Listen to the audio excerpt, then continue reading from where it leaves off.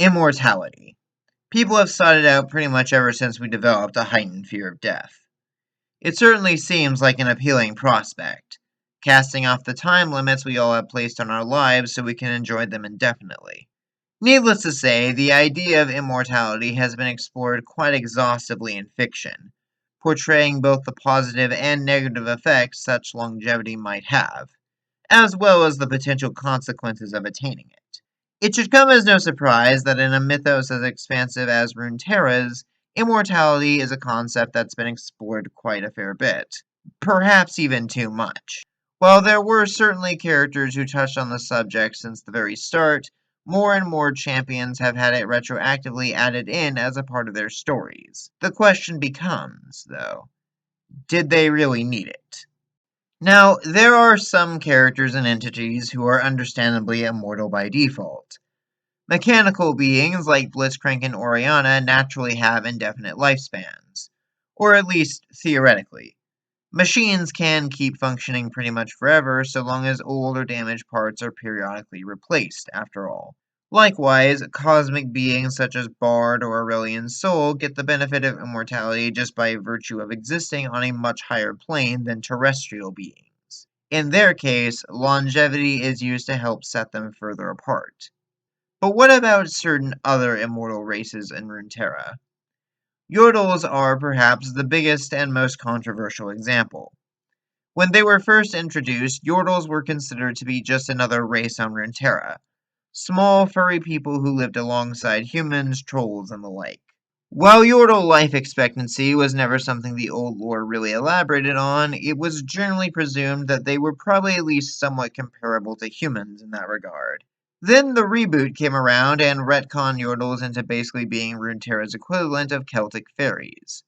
They were small, often mischievous or playful entities who could appear like ordinary humans to the untrained eye, and even came from another realm of existence. The idea of giving Yordles glamour and turning Bandle City into an equivalent of Tirnanog was a great idea, but it did retroactively complicate a lot of things. After all, most Yordle champions weren't really written with the intention of being Fae.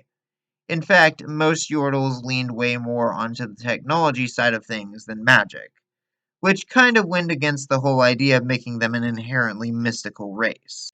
Making matters worse was the fact that Riot has never been particularly consistent with how Yordles actually function. In some stories, glamour is a passive thing they have that's just always active, while in others, it's something Yordles need to actively apply to themselves. Hell, sometimes they do away with it altogether and make it so that anyone and everyone can just see a Yordle's true form. Yordles being immortal has also been highly inconsistent. Some stories portray Yordles as having indefinite lifespans, but still capable of dying through external means, while others go out of their way to establish that Yordles cannot be permanently killed under any circumstances. Needless to say, this creates a very confusing situation in which it's difficult to discern just how much mortal danger a Yordle character is in with any given conflict. Furthermore, how much a given Yordle actually benefits from their immortality as a narrative device fluctuates heavily between characters. For example, Poppy's retcon bio establishes her as having been around since Demasia's founding, and the hammer she wields belongs to one of the heroes who helped establish the kingdom in the first place. She's searching for a legendary hero worthy of carrying the hammer, while ignorant of the fact that she's become a legendary hero herself. Thing is, nobody recognizes Poppy as the legendary hero she is because of the glamour that may or may not exist around her. By that same metric, Kled has also been around since the founding of the nation he inhabits. Hell, Kled allegedly played a part in inspiring some of the old Noxai tribes to take up their might makes right mentality, since he claims any plot of land he's currently residing on as his own. The old Yordle has made himself something of an in-universe meme within Noxian culture, making himself known in various conflicts across the Empire. Kled is frequently accompanied by his mount, a Dracolops by the name of Skarl. According to Kled's bio, Dracolops are a species of Shuriman lizard that are, and I quote, immortal and unkillable. While this is most likely just meant to justify why Skarl can survive getting dragged into centuries worth of battles and last as long as its rider, The implication that there is literally no force on all of Runeterra powerful enough to slay this goofy-looking lizard is a little absurd. Dracolops are far from the only species with genetic plot armor, though. In fact, Poros probably have it way worse. Now, I don't exactly hate Poros. They are cute, as they are designed to be, but these things are canonically indestructible. Like, they can survive and even thrive in literally any environment, including the Shadow Isles somehow, and nothing seems capable of bringing Poros any serious harm. I know that Poros are mostly just meant to be a joke, but I do feel like it breaks the world building a bit when you have these cute little fluff balls that can basically just ignore apocalyptic threats like the Black Mist, or even potentially the Void. Hell, Aurelian's soul could probably just blow up the planet and somehow Poros would find a way to survive. Kind of makes it a moot point then that the first time we ever see a Poro is when it's being saved from a rain of arrows by Braum. This thing was apparently never in any danger, so what was the point? Of course, if we're going to talk about immortal races, then I think none handle the issue worse than the Vastaya. Vastaya are a race of beings born from humans mingling with shape-shifting spirits called the Vastaya Shire. These spirits had no true physical form, rather being able to take on the properties of any living being they desired. Thus, the Vastaya resemble humans with varying degrees of animal-like characteristics. Some Vastaya appeared mostly human with only some additional features like tails or wings, some are basically furries, and some are even full-on chimeras. It's a cool premise, but evidently being part spirit means that the Vastaya also have indefinite lifespans, or near enough.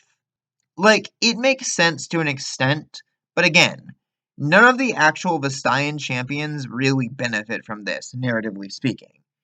In fact, not many of them are even that old.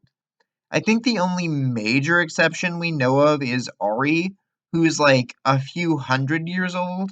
Even then, I don't feel like much would actually change if you scaled her back a bit.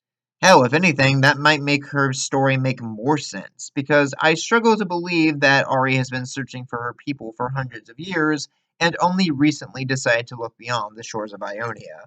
And of course, we've barely even touched on any of the individual champions who've been retconned into being ancient immortal entities. Rise, Vladimir, Syndra, etc. So many have had their backstories rewritten so that they are, at the very least, a few hundred years old.